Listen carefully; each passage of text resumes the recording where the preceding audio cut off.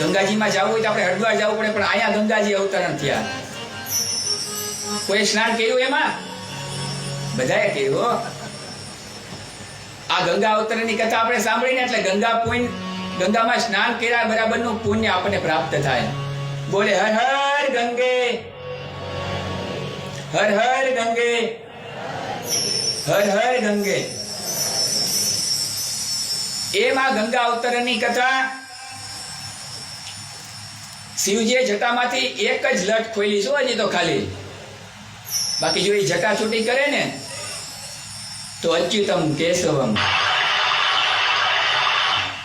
આ ગંગાજીનો પ્રવાહ જે જાય છે ને અત્યારે હરિદ્વારમાંથી, એ ખાલી એક જ લટ એને છૂટી કરી છે, બાકી તો ગંગા એમાં બંધાયેલી છે.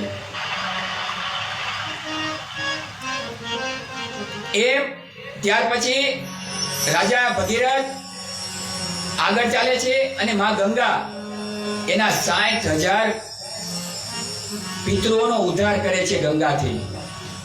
જ્યાં એના કપિલના આગથી, કપિલની ક્રોધાગ્નિથી જે બળીને રાખ થઈ ગઈ હતી, સગનના 60,000 પુત્રો,